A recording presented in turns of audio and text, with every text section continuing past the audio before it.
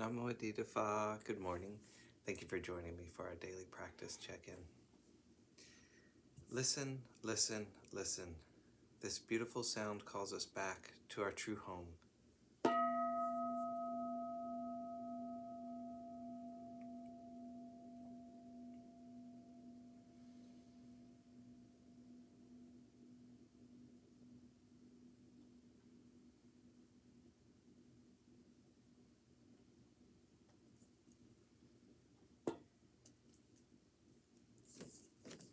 The fifth mindfulness training.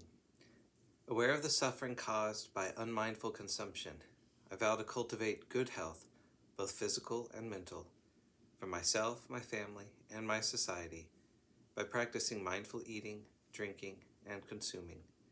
I will ingest only items that preserve peace, well-being, and joy in my body, in my consciousness, and in the collective body and consciousness of my family and society. I'm determined not to use alcohol or any other items that contain toxins, such as certain TV programs, magazines, books, films, and conversations. I'm aware that to damage my body or my consciousness with these poisons is to betray my ancestors, my parents, my society, and future generations. I will work to transform violence, fear, anger, and confusion in myself and in society by practicing a diet for myself and for society. I understand that a proper diet is crucial for self-transformation and the transformation of society.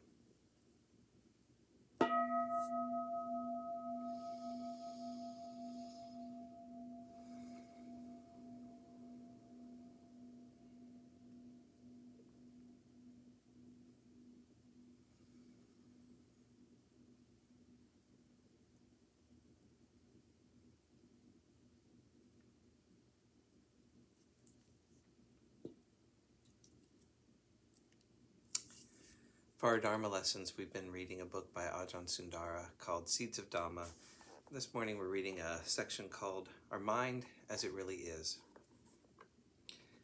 Perhaps we come to the monastery with the idea that we have to develop a self that will become a good Buddhist, kind, compassionate, and loving. But then we can get into conflict with ourselves because we discover a reality that is quite different.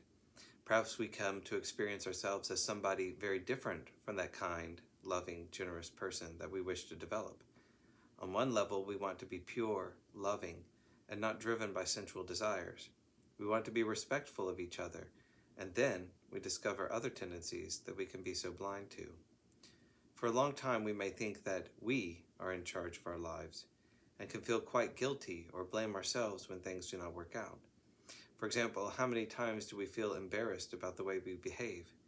Even when nobody sees us, we can feel so embarrassed. This beautiful person that we hope to become is suddenly raging about some silly thing. We think we are in charge, but as we keep practicing, we realize that it is really blind habits that are in charge, blind conditioning, blind responses. They are blind because they are acted upon before our mindfulness can even catch them. When we are mindful, we are conscious. We can see clearly. But often habits are so strong, they catch us off guard and can manifest like a punch, punching our world, our reality. This is not always obvious to others, as habits can be hidden behind a smile, an appearance of politeness. A punch can even look quite sweet. So in our meditation practice, we begin to notice the subtleties of our mind. What is happening right now? Am I at peace? Do I hate what is happening or not? Do I care for it or not?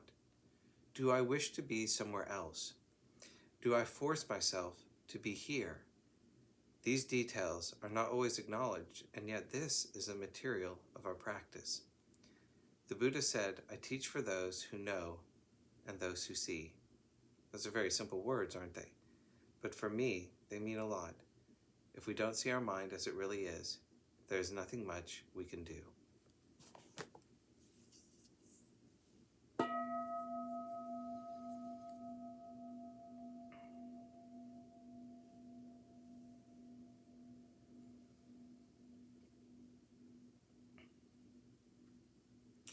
May all beings be well.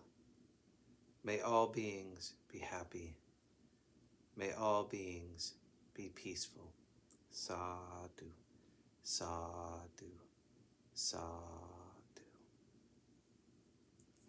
Thank you for joining me this morning.